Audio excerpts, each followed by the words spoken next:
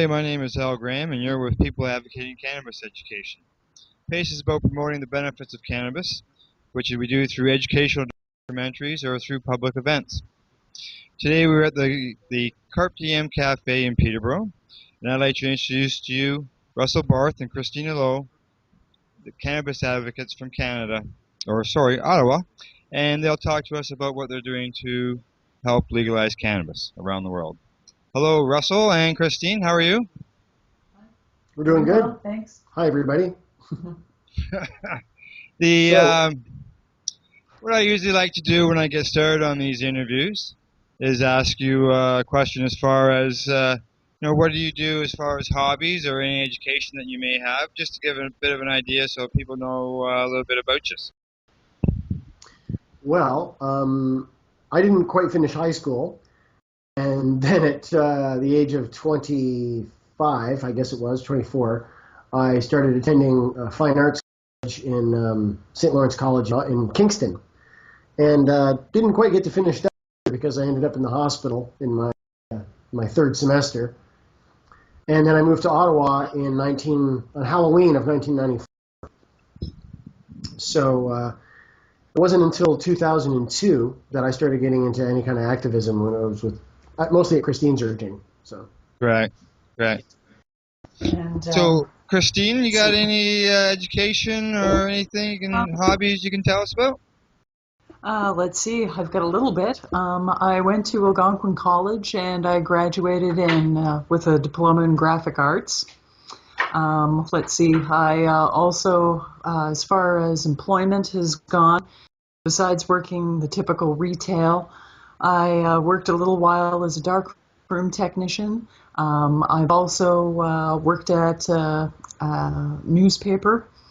Let's see, what else have I done? My gosh. Barista. Yeah, a barista. My last job was working at Second Cup. Your last job was working at a store. Oh, yes, that's right. Yeah. Sorry, I forgot about that. Yeah. And, but... Hang on for a second. Yeah. Now, the two of you are both medical users of cannabis.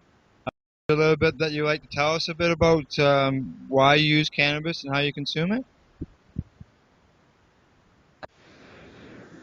Well,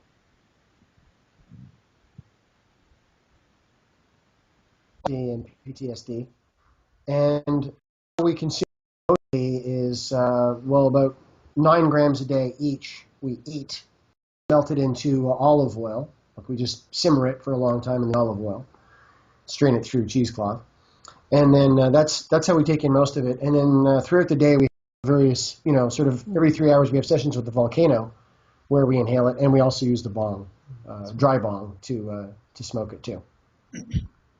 At the beginning there, when you first started talking, Russell, I missed basically why you both use cannabis. Oh, fibromyalgia and PTSD. Yep. Epilepsy and PTSD. Okay, great. We caught that one. Was it hard for the two of you to become licensed under the MMPR program? Well, it was hard at first for me because I needed a chronic pain specialist to sign specifically. This is back in 2003, back in the days when a specialist had to be the one to sign, not just the GP. Mm-hmm. Now, in Christine's case, it took from right into early 2003, but she was doing so well on cannabis that her doctor finally relented, and her neurologist relented and signed. So she got it before I did, shortly before I did, and then I had a chronic pain specialist who signed for me. Right. Then he lost his license. Then I had to go a year with no license, and then I had another person sign, and then my GP's been signing ever since. We've been really lucky overall. Yeah. Compared to other people, we've been super lucky. Yeah. And Christine, with your epilepsy, some of the benefits that you have found. Well, as far as that goes, I'm able to stay conscious through the day. I'm not high and loaded on anticonvulsants, and not being able to be psychologically, emotionally available because of those pharmaceuticals. So cannabis allows me to take care of the majority of my symptoms that I have with epilepsy. I still don't exactly have quite the amount of seizure control as I would like, but it's certainly much better than what it would be on pharmaceuticals. As well as that, it tends to take care of a lot of other symptoms that I have and other disorders that I'm also managing as well. So I'm able to do this with just simply one medication, one substance, rather than being on a whole myriad of drugs and pills and stuff like this. So she's in quite a bit of pain too because of a lifetime of these convulsive seizures. Correct. Still having, one or two a month. Yeah. So, and what was she? How many convulsions or seizures were you going through before cannabis, Christine? well, it's I can answer that better. I remember the numbers really well. You do the numbers. Okay. For the first half of 2002, she had about 60 seizures of different shapes and kinds. And in May of 2002, she decided to quit all of her pharmaceuticals and use cannabis. And then she only had 13 more that year. Wow. So in 2003, I think she had 13. In 2004, she had 9. In 2005, I think she had 5. She got down to 3 seizures a year. And then in March of 2008, she had a triple seizure. I called the ambulance. They shot her full of Ativan, took her to ER. They gave her a low dose of Dilantin, and she's been having 2 ever since. So we don't know what happened or what caused that sudden gigantic episode. Right. And it was horrendous. It was terribly traumatic for both of us. I thought she was going to die. Like, it was a full-on hospital drama with people shouting stuff at each other, tearing things open, and tubes and wires and all this crap, and it was really scary. And she hasn't been the same since. So I've been taking care of her. But I've been plagued with seizures ever since I've been a child. As far as I can remember, I've always been having them. Yeah. When I was younger and I was having the seizures, a lot of people told me, well, you're just having fainting spells. We don't know exactly what's going on, this type of thing. So eventually, finally, when I was about 20, 21 years old, I was able to see a neurologist in Kingston, and I was actually diagnosed at that point with epilepsy, and it's just been managing it since with. And it's a rare form too. So. Yeah. The thing they don't talk about in the brochures with epilepsy is that about 1/3 of people with epilepsy don't respond to the medications that. No. So their life becomes a drugged out mess of just living in homes or staying in one room with a helmet on, kind of stuff. Correct. So, this is the thing is, even though she's still having 2-3 seizures a month, she's having better overall quality of life with this than she would be with anything else. Exactly, and that's a big point. Improved quality of life. No. Hey, Yes, if she was one of these people who could just take 2 tablets a day, have some side effects that weren't that great, and no seizures, like some epileptics, well, that would be the wisest thing to do. And if cannabis works better than that, well, then use cannabis. But if it doesn't work better than that, then use that. But in her case, she's tried all the medications. All they do is bring a lot of side effects. I mean, the whole list practically. Yeah. And they bring more seizures, not fewer. And the quality of life falls apart. There's no sex drive. She puts on a bunch of weight. Her gums recede because they puff up and then they pull back, and then the teeth are more exposed. And it's very bad. And there's all kinds of other side effects. So overall, this is just healthier way to go. Healthier way to do it. I've been commented to me, about if you start to cough, people say, "Oh, how's that medicine if you start to cough?" Well, if coughing is a small side effect of cannabis, I'd much rather have that than the ones that you just described and what Christine goes through with her medications. So, if anybody ever wags their finger at me about having a cough, I'll get up in their face about it, because I've had a sinus problem since I was 16 years old. yeah. I was in a wheelchair for 5.5 years, got out. My neck is killing me today, all kinds of stuff. If a genie came out of a bottle or whatever and said, I can do one thing for you, what do you want me to do? I'll say, fix this goddamn nose. the sinus problems I've had since I was 16 are the number one biggest cause of grief in my life. Wow, eh? So that's where my coughing comes yeah, from. it's a Constantly just trickling snot, and it drives me Right. insane.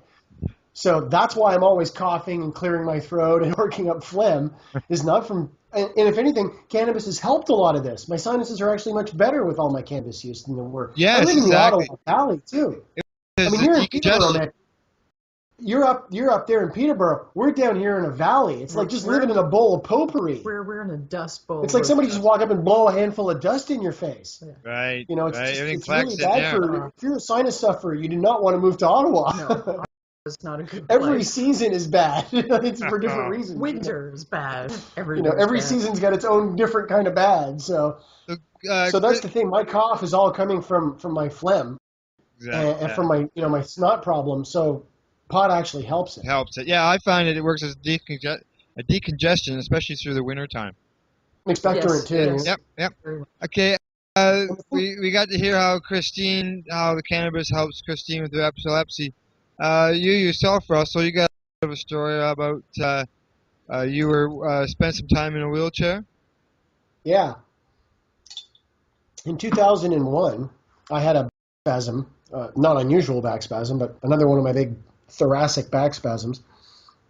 And it was sending just terrible pain down my legs and everything. And finally, I twisted so bad I couldn't walk properly. And then I got home, was in bed for several days, and, just getting back and forth to the bathroom was just an excruciating nightmare. So, stupidly, I didn't go to a chiropractor and stuff, but because I didn't know one at the time. And I atrophied very quickly, and this was in November, so by February, I was just shriveled right up. I couldn't barely walk 150 feet. So From 165 that was later. to 120. Yeah, so then, we got a push wheelchair, for me. Right. Christine's parents got us that. She pushed me around in a wheelchair. It was like one of these hospital chairs. And we were going through the snow and on sidewalks and all kinds of stuff. It was really, really hard on her, man. Because she's tall, right? She's 5'10". So she had to lean down to push the chair around. It wasn't like she could just walk all nice and just push it. Right. So that was a drag. Then a mechanical wheelchair, and I was in with that until March of 2007. And the thing that got me out was mostly my diet. But back in, I guess, 2005 or so, I was at this special clinic place getting the full assessment. It was like a 6-week in program. They were going to sort of rehab me and all this kind of stuff. After the assessment, they went, well, there's nothing we can teach you. You're already doing better. You're eating better and doing better than the people in our program. You're sort of the result of our program rather than what is normally the intake. So we can't really help you. But in the process, I had told them that it was my speculation that if I had a big pile of weed, that I could, do as much as I could to get past the pain, and then I could exercise a little, strengthen me up, and then I could have some more weed and just gradually, sort of snowball the thing positively and gradually get my strength back. Yeah. And they gave me one of these sort of polite, well, yeah, that's an interesting idea, kind of looks. And then they pulled Christine aside and they said, no, he's being unrealistic. This is his life now in the chair. Get him used to that, because psychologically he needs to get used to that. So they get to tell you you're in the chair for good. Pretty much, yeah. No, I mean, I wasn't bum stuck to the chair. I could get up and walk around. I could get from the car to the house and back and forth. If I was going to go to somebody's place for dinner, I wouldn't bring the chair, right? I'd walk out to the car and walk from the car into their place and sit and have dinner, but it was always a cane and a hassle, and I moved slow. It's kind of like having, granddad around, right? And if I had to walk like a block, forget it. I'm not even going. Don't even ask. So that was my life then. But in 2007, we lived in a place that was right across the street from a mall. And I got a Category 2 walker, and I just started to struggle. I'd hit the bowl a bunch of times, go, okay, that's my ration for now, so suit up and to the mall, And I knew that it hurt. It was hurting like hell. I mean, it still hurts to walk now. Everything hurts all the time. But I knew that if I pushed through, the muscles might recover. Right. If they didn't, they didn't. But if they did, cool, I could start walking properly again. So by May, I was walking by June, I was walking without a cane. Good.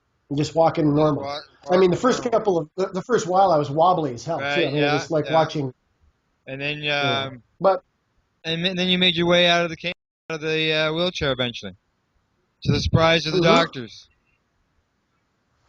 Well, yeah, they were really all thrilled, you know.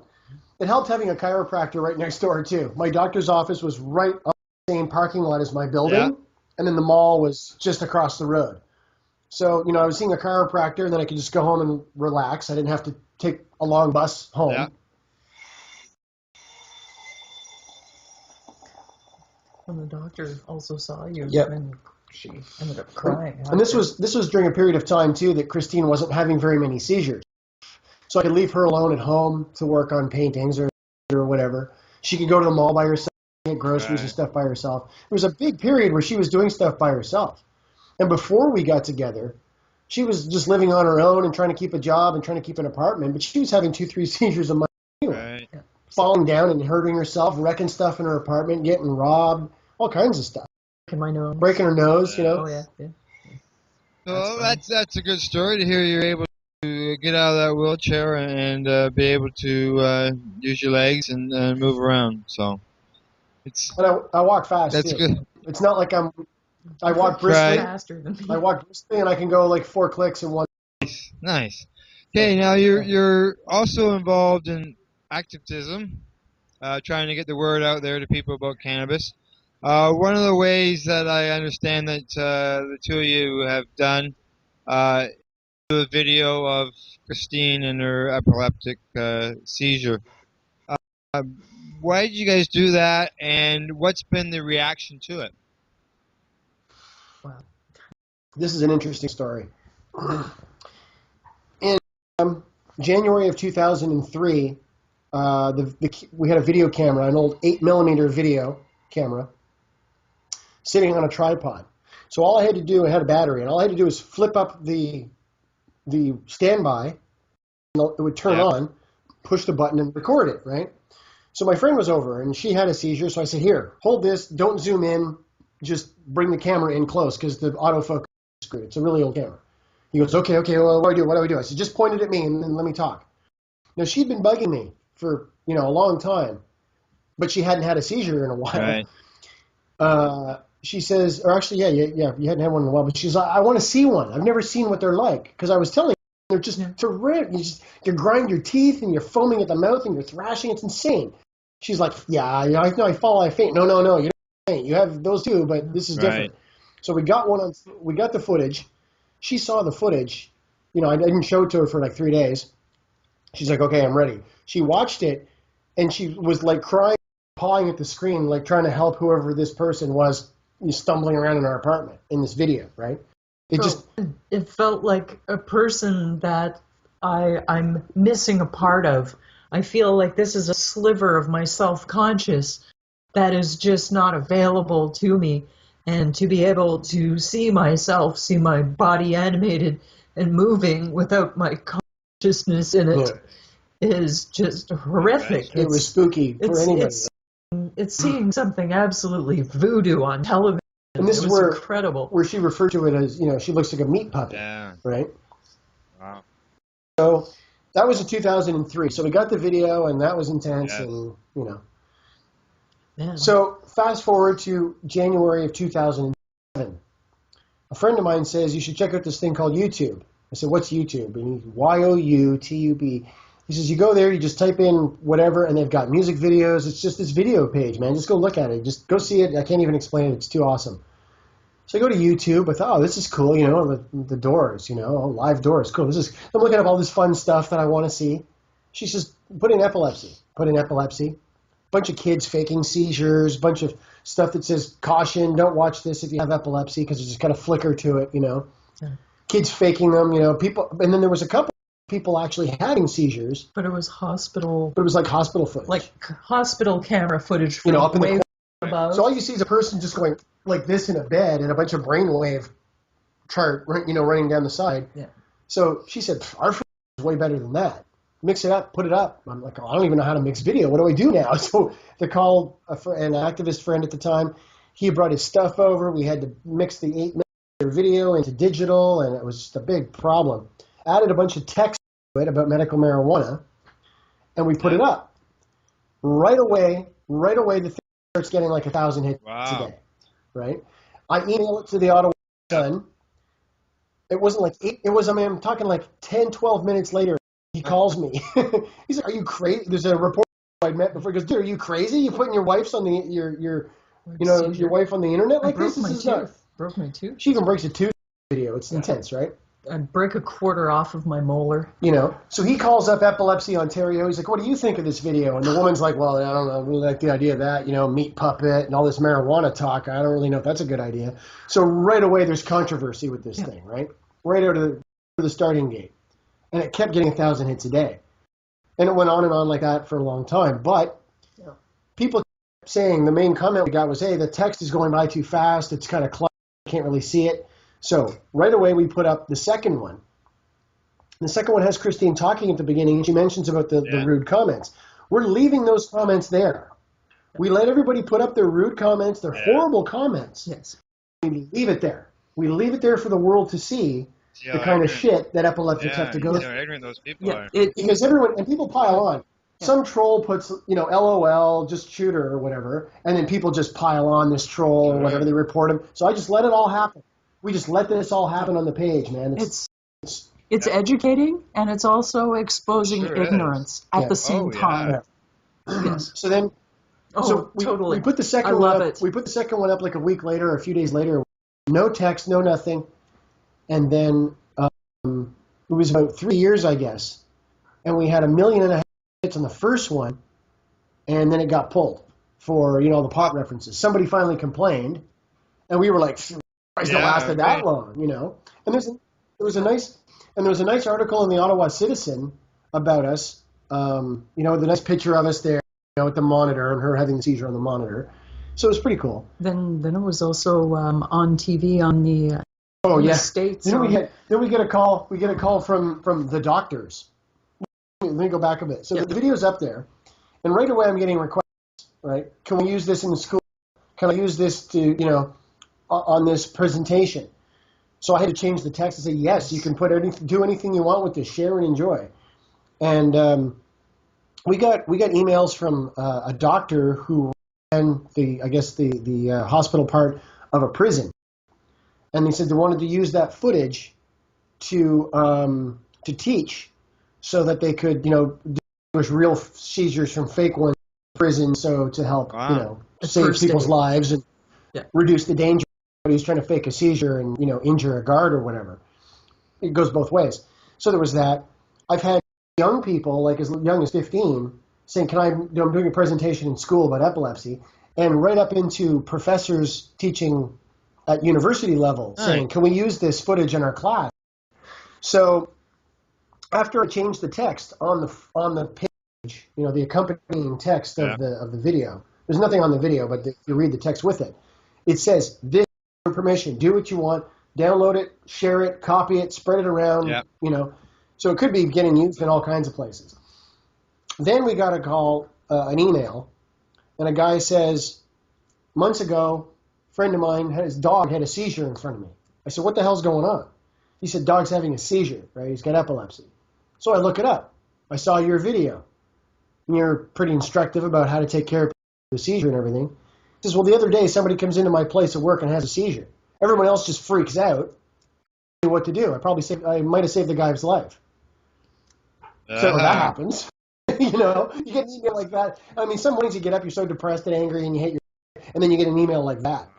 Wow. And for an epileptic to have epilepsy and to be going through so many different kinds of seizures, so many levels of violence of seizures, and to be able to help educate and to be able to have such goodness and such come from something that's just absolutely horrific. We've been told that this video has saved lives. Wonderful. And I mean, if they're using it in schools, I'm yet to find a piece of footage anywhere that matches it. One day somebody's going to have a camera really good and close, because everyone's got cameras now, right? I mean, everybody has cameras now. Yeah. So one day someone's going to put up a piece of footage that is going to, ours will pale by comparison. Someday. But I haven't seen it yet. Not yet. Because we get right. I mean, for those who haven't seen the video, we get right She's all purple. There's veins bulging out of her neck, and she breaks a tooth. Yeah, you can see the You can sphincter muscles around. You can see her eyes twitching like this. Wow. It's just amazing, you know. It's probably something that would, Very yeah. intense. It's like you say, Christine. It's you're watching that experience of somebody, and you know you want to help them, and it's brought probably quite a few tears to people to watch. You go through that on the video. Yeah. Okay, we've got about 10 minutes left, so I want to touch on a couple things. The next thing is the two of you, as far as helping bring awareness, have worked on a children's book called Mummy's Funny Medicine. Can you tell us the story about that, what it got it started, and what's involved, its availability? Well, in late 2002, when I started using medical marijuana, about 6 months in, we were talking to somebody on the street. I was on Bank Street. It was miserable weather. I started commiserating with another person in a wheelchair. So we got talking about, you know, why he was in the chair, why I was in the chair. And she said she was using a lot of codeine. I said, oh, well, you should try medical marijuana. She's like, oh, no, I couldn't use that. It's as bad as heroin. And it's, I mean, you're gobbling up codeine, and you're telling me pot's as bad as heroin? It's not. I mean, like, read the science. So she goes, oh, no. I said, you ever try quitting codeine? And I saw this, you know, look on my face, and I knew, because I've kicked codeine 3 times myself. Man. I saw this demon fly in between us. in between both of those two people. It was just like, it was, you know, she knew I was to her. Like when she runs out, this codeine withdrawal is a nightmare. It's not as bad as what I've seen heroin. I mean, you don't go into convulsions and shock, but God, it's a nightmare. So as we pulled away, she's like, what would I tell my grandson? I said, tell him the truth. Tell him your purple medicine you get when you have a cold is for you, and this is Granny's medicine. I mean, it's pretty simple, duh. So she goes off in her chair, you know. So we go off, and one of us said to the other, we don't even remember which one, somebody should write a children's book. And we didn't think anything of it. So then it was Christmas Eve or a couple of days before Christmas or something. My parents were down in Florida, and we were already talking about becoming public activists and doing something with the news and talking with them about a compassion club. So I said, how are we even going to, you know, so we have a conversation on the phone with my parents. Hey, Christmas, yeah, okay, well, have a good time, talk to you, bye. And then I said, how am I even going to broach this topic that I'm using medical marijuana? They don't know. How do I even bring it up? It's like they're so stupid, I have to use a children's book or something. See Russell in his chair, see Russell feeling better. And then we looked at each other like, you know, we knew right away, oh my God, what a crazy big idea. I was, oh, geez. So we got a piece of paper and we just started jotting this down right away. And doodling. And that's how we came up with the idea in like quick stages. I said we should do it from a kid point of view. Kid looking at the parent who's sick. So in the book, Heather, the girl, is basically Christine's point of view, and Mommy is me. I'm the, you know, Mommy's carrying my sort of Whereas symptom. people might have thought it was the other way around. Like, Christine was the... Right, exactly. But so the thing is, yeah. So in the book, I'm basically Mommy. Right. We just switched it around because it was easier than Daddy's man. You know, we kicked it around. So we literally hammered the sketch, the text as it went in the book. It must have come out in about a half an hour. Because what is it? I mean, it's like 1,000 words, not even. You know, it was very quick to write it out. So we had some quick sketches, and we're like, oh, this is so great. This is so great. So we told Mike Foster. I mean, he's only a few pages in. His eyes are all wet. He's like, we got to do this book. You got to do this book. Is...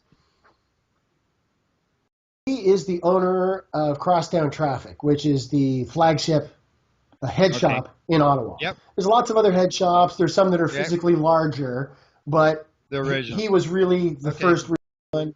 It's just the most awesome place. Premium quality. And he's also been a big activist for like 25 years in Ottawa. He's not just some guy who owns a head shop. He's an activist. And like, you know. Yes. Yeah, I should actually have my hat off talking about it, quite frankly. Yeah. You know, no, seriously, he's Canadian activism royalty when it comes to marijuana. Okay, continue the story. So he said, you got to do this. So we're like, we're on it. But I mean, how do we publish this? He goes, I'll think of something. I know publishers and printers. You leave that to me. You get it done. So she starts doing drawings, right? And I'm getting, every time she'd go, come here, look at this. What do you think? You know, she pencils something up and I'm like, oh my God. And I start crying. It looks so great. So she gave me all these line works. I scanned them all, touched them all up, get rid of all the weird little dots and whatnot. And then I colorized them all and put it all together with the text. And that took, about, I think, it took her about a month to draw it, I think it was, and about a month to colorize it, something like that. Mm. And we managed to get it published. When we showed Mike the galleys, we had it all, just as big images. He said, okay, they've got to be set properly. But he says, I think I'm just going to put it myself. So I said, oh, wow, okay, cool. So he just talked to a printer and got got a price and everything, and he had 2,000 copies made. So we said, that's awesome. We'll do it for charity. We don't want any money for it. So, and it's the book. The book itself, when you hold it, it's an educational medium in a very non-threatening form. Having information such as that available in that book, but in a format that is just very simple and very non-threatening. It's easy for anybody of any age to leave that on a coffee table. For example, if I was going to be getting starting using cannabis, if I was be trying to approach this topic maybe with my parents, if I feel that I couldn't actually talk to them about it, I'd maybe, get a copy of this book and leave it out on the coffee table underneath Dad's Sunday newspaper. People have told us, this type of thing. Older people have told us, our young adult children were totally against us using marijuana. Then they saw your book. It totally bridged the gap, and it started to help change their minds. Started healing. Yeah, people in their 20s are saying, my adult parents, my older parents, obviously, they couldn't cope with this. They saw the book. There's peace in the family again. They've shown it to little kids and stuff. So we've got a lot of positive feedback about the book.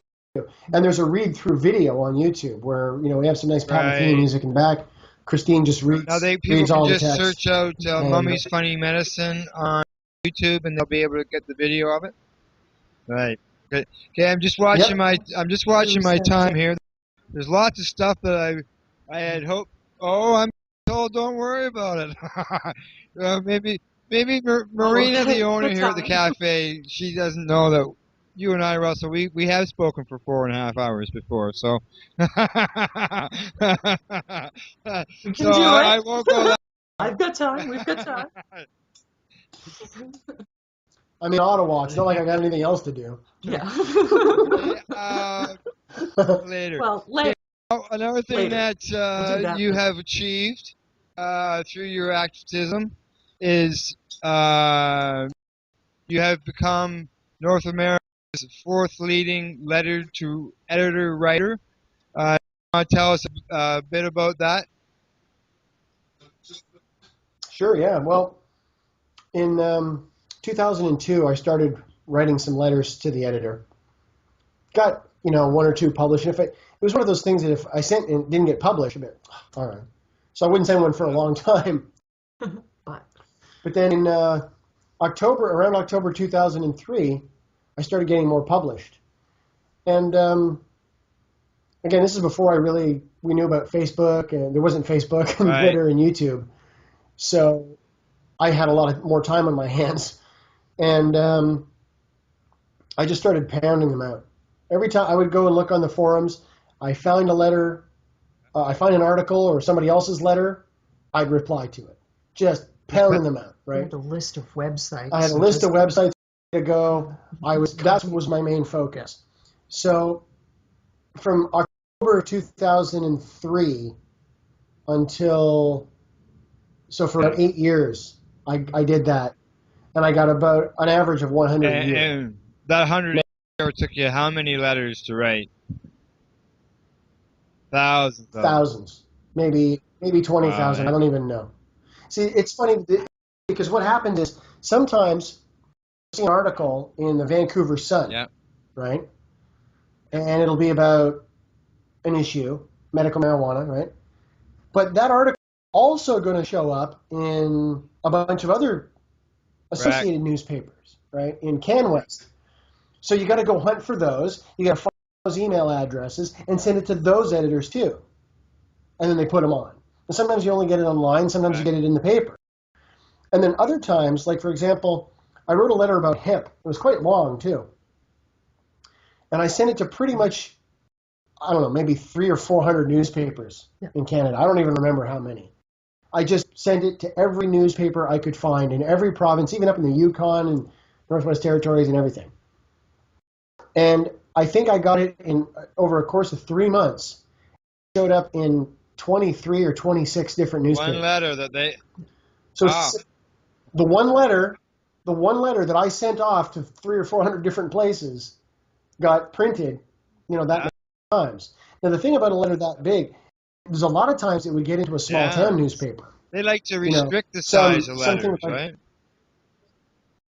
Well, sometimes they do, and sometimes they look at it and they go, let's just run this as an article, because it saves them having to put a lot of filler in, or they have to write something, right?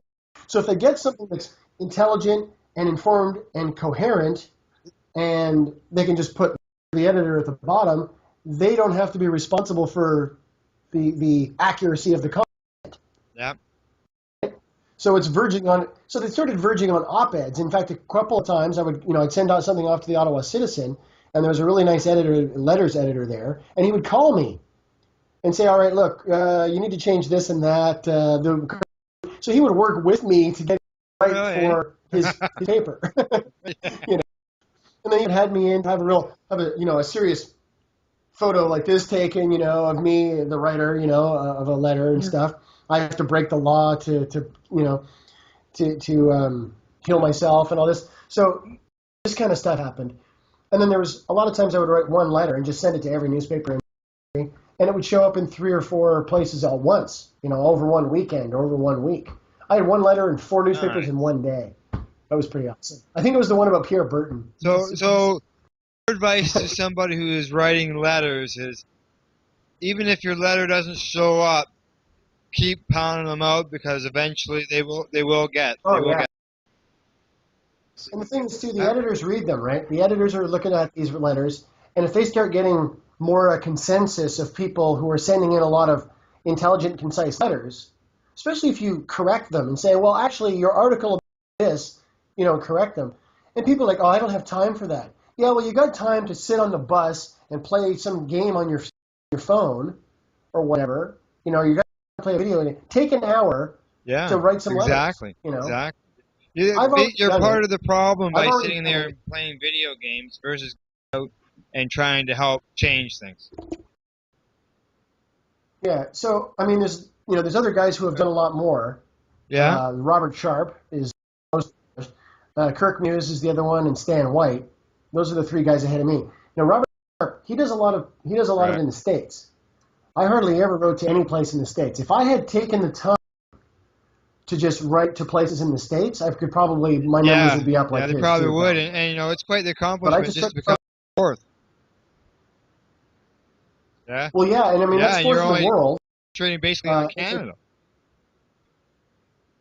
In Canada, yeah, and the thing is too, I don't know for sure, but I don't think anybody else in Canada has ever written 800 letters published in Canada.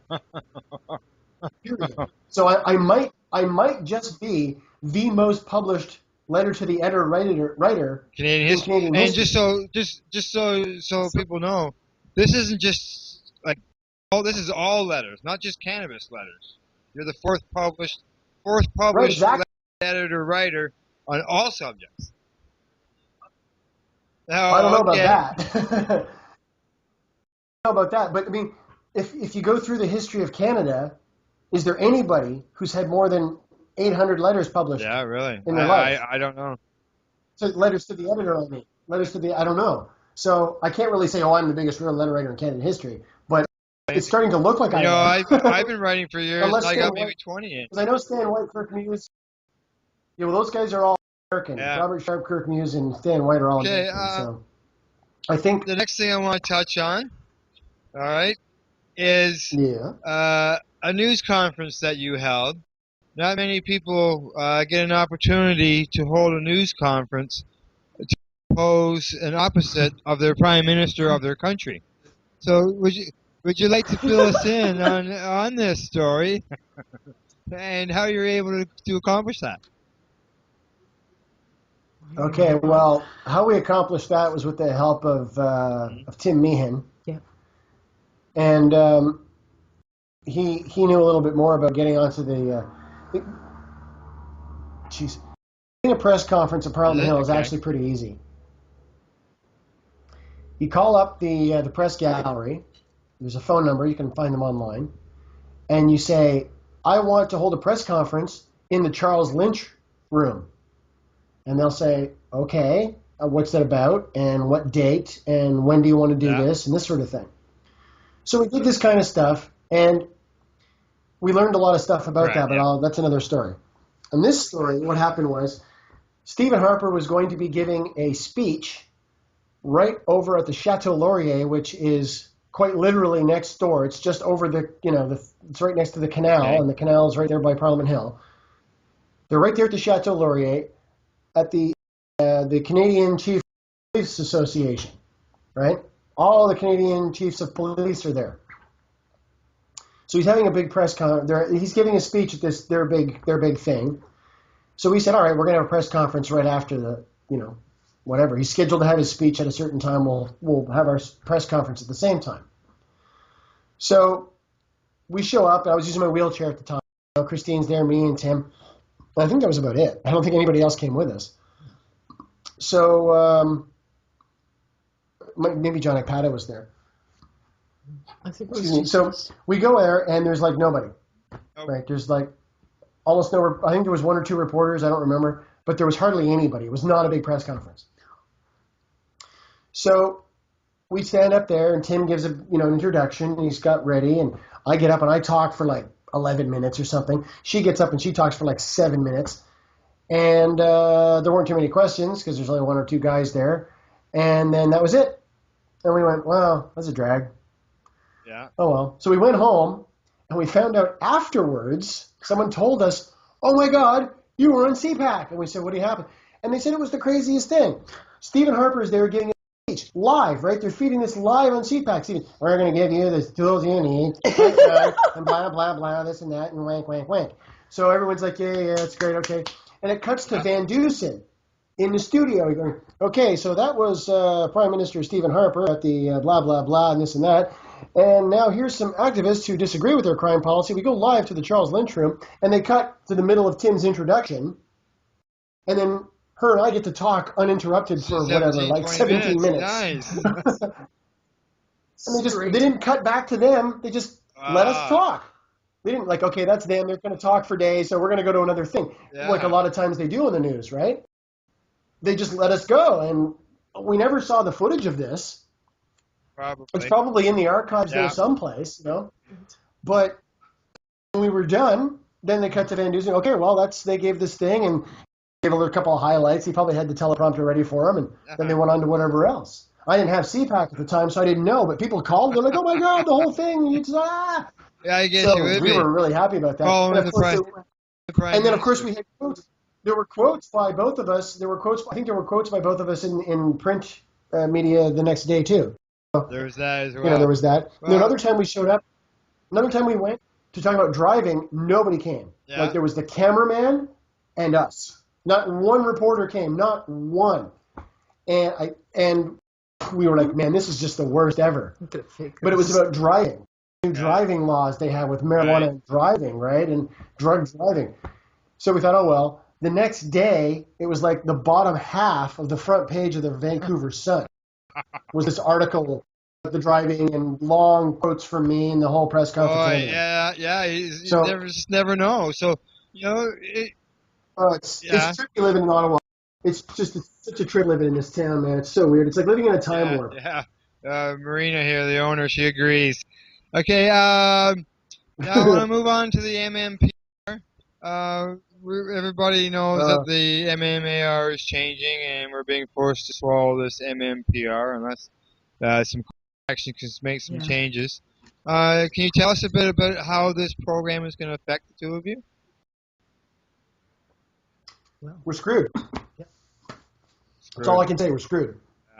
Affordability, We won't be strain able to, selection, it's all gone. the affordability, quality, strain selection, Gone. gone.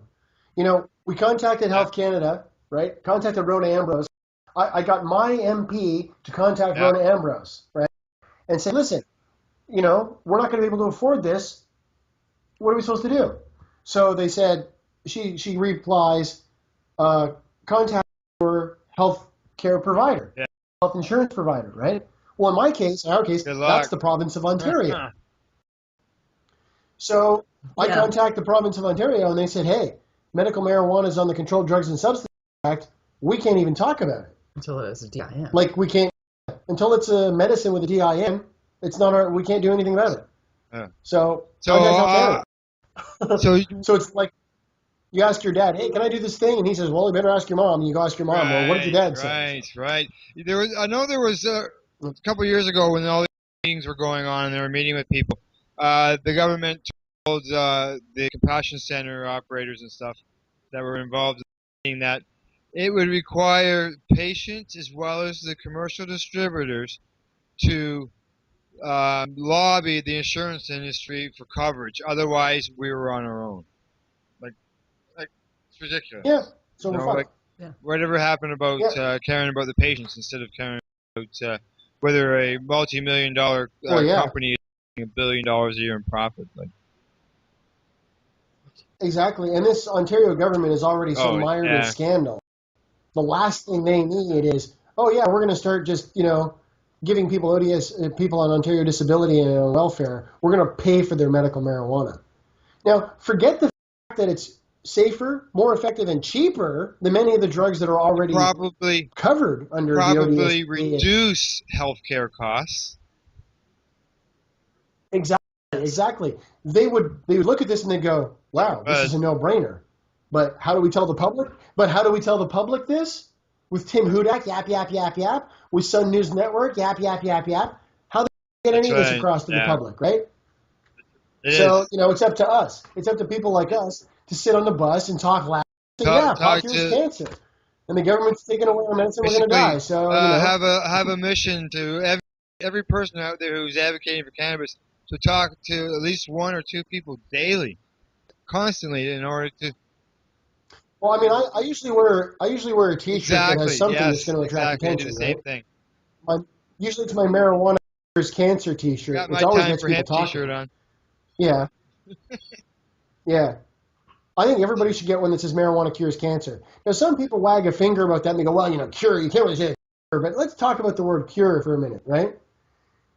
If you take a treatment for a medical condition and the medical condition goes away, then it's a cure. But if it doesn't go away, then it's a treatment that failed. Well, as a medical treatment, marijuana has cured people's cancer. In the past, doing so in the present, likely will in the future. But a good friend who we never got to meet in person, Michelle Rainey, she was taking a double dose of the stuff, cancer ate right up, man. So it's not magic. A lot of people are getting chemo or radiation. They're like, I'm doing great. I feel great. I'm doing great. All of a sudden they get some sinus infection. Boom, the guy's dead 3 days later.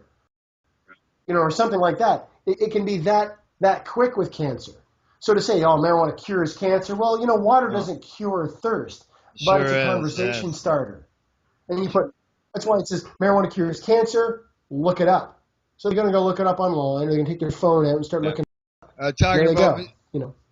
It's better than walking around with an Ottawa Senators T-shirt on, or a Toronto Maple Leafs, or some other. Talking about Michelle Rainey, I see you have a medicinal T-shirt on from Michelle.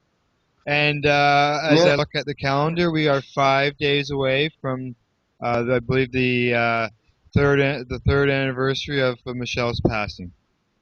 There will be the third annual Michelle Rainey Walk will be held in Toronto on the 20th. That is looked after by Erin Butterfly, and she organizes that every year. So, yeah.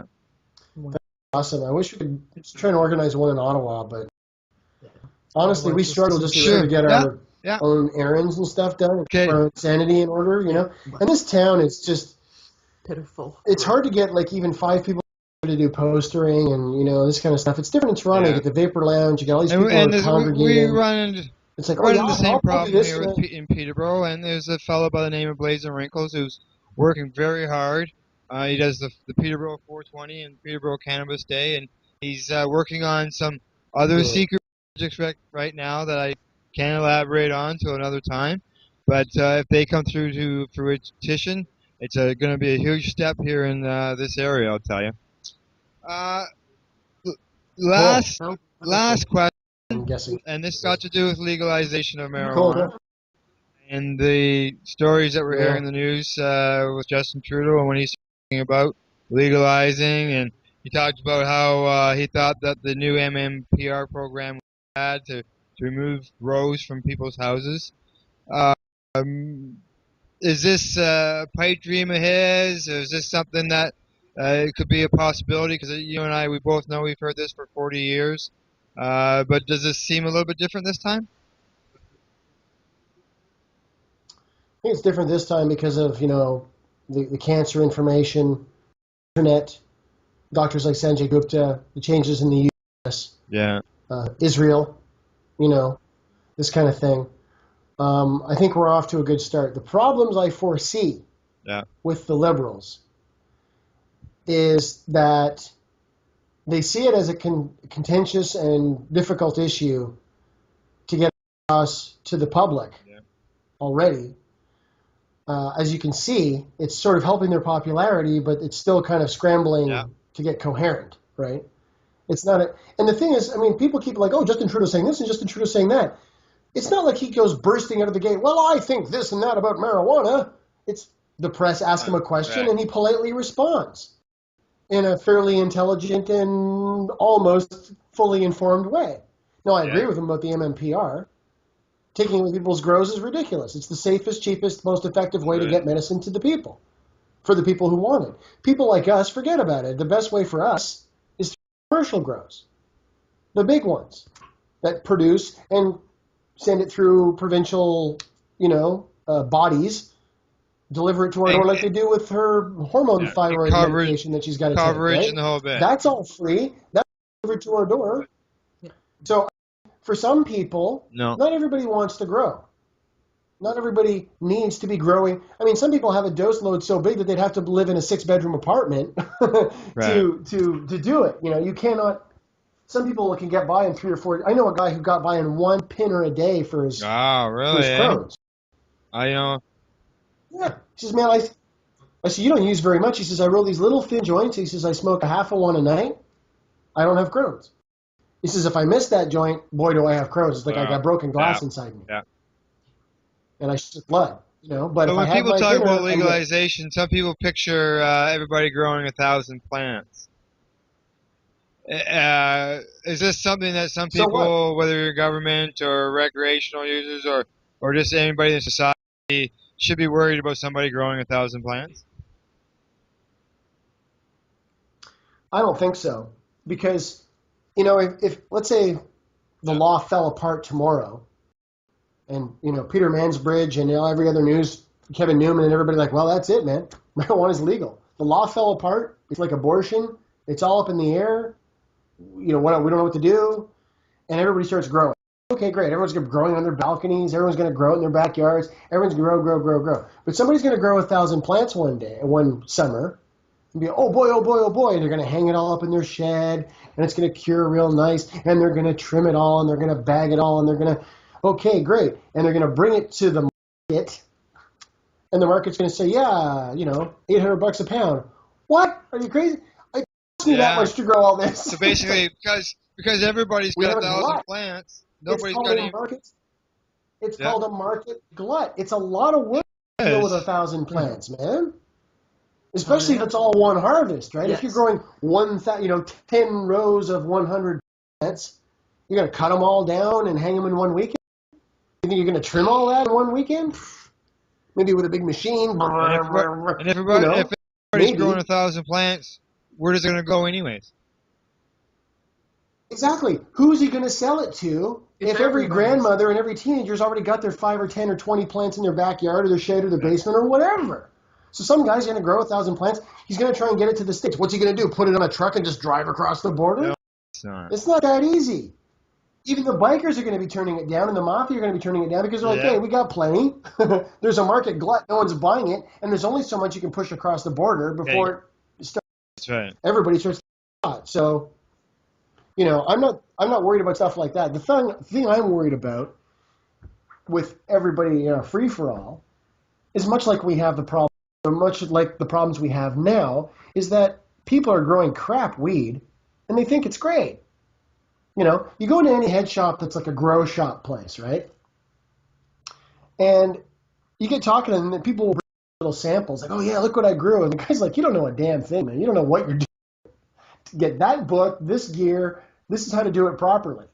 Because people are growing all this chemical-laden, raggedy-ass weed, and they're selling it to people on the street. They're selling it to teenagers. They're selling it to old people. They're selling it to sick people. No. And it's not cool. You know, I just wish people would take the time to grow it clean. I don't even necessarily mean organic, but just, flush it out. Clean. Get rid of the flush it really good. Yeah. Flush it really good, you know. Use lots of neem oil so you don't have a lot of dead in there, you know. use a lot of neem so you don't get fungus, you know. Really control your environment so you don't get mold. This kind of stuff. But no, man, just fungicide that shit. Just pesticide that shit. Just pound it. Snap, crackle, and pop, baby. You know, it's dog shit weed. It's skunky, chemical, stinking dog shit weed, and it really depresses me because it's like eating. It's just like eating, you know, junk. It's like McDonald's is organic beef. McDonald's doesn't have any beef in it. It's just exactly. That's what I'm saying. It's just a lot of chemical crap. You know? It's just dreadful. So this is what bothers me more about the free for all. I like the idea of, like I said, the only control I would really see is in terms of smell and in terms of sort of electrical, water, and chemical runoff. Because if every other house in the suburbs starts growing anything, tomatoes, pot, food, whatever, in their basement, starts dumping this stuff down the drain, the water, I mean, there's going to be algae blooms or whatever growing in our water systems and our lakes and rivers when all the sewage, you know, our sewage treatment plants have to deal with all this stuff. And in Ottawa, every time we get more than like 2 inches of rain, our sewage treatment plant completely overflows and raw, untreated human toilet flushings go downriver toward Laurel and Hawkesbury and all points east and south. Okay. That's not good at all. Every time we get a heavy in Ottawa, and it's been like this for years, and I don't think they fixed it yet. We're talking 700,000 liters at a time. And then people swim in those rivers. And people, the towns suck water out of those rivers. Down to Carry On, yeah, exactly. Carry On Beach, yeah, they're pulling water out of there for their farms or whatever. You know, it's just disgusting. It's disgusting. Okay, to wrap things up, have either one of you have a final word that you would like to say? Yeah, get out busy. We were just talking about this with Matt Myrna on his show before you called. Have conversations on the bus. Have conversations in the supermarket. Fake a phone conversation with your cell phone. You don't have anybody to call. Walk around the supermarket, blah, blah, blah. Pot cures cancer. You should have seen this woman on TV on the internet. Her breast was rotting right off. Her breast is all fine from the cannabis oil. Amazing thing, blah, blah, blah. Get out and get active and just get into conversations with people about marijuana because the fucking media is not going to do it for us. Get involved and speak up. Christine? Yes. Yep. Well, I'm pretty well much on the same page with Russell. It would be wonderful to see more younger people get more active in their community as far as this goes, because just seeing young kids schlub around town wearing their pants halfway down their ass and shoes all untied and whatnot. Yeah, and shuffling their feet and using their little iPads and their little cell phones to check out porn sites. Yeah, like, come on, get more active in your community. Yeah. Please. I've worn myself out doing this. Okay, well, at this moment, I'd like to say thank you to Russell and Christine for taking time to educate everyone on what's it like to live as a patient and as a cannabis advocate. I'd also like to. Oh, you're welcome. Thank you for having I'd us. also like to Thanks for thank having us. Marina and her staff here at the Carpe Diem Cafe in Peterborough, and everyone. Yeah. Yeah. Thank you so And much. everyone present today, for those on YouTube who will be participating, for being people advocating cannabis education. Thank you. Thank you, Marina. Thank you, Russell and Christine. And we'll be talking with you two very soon. Okay, bye Cool. bye. Sounds great. Good Take night. care. Good night.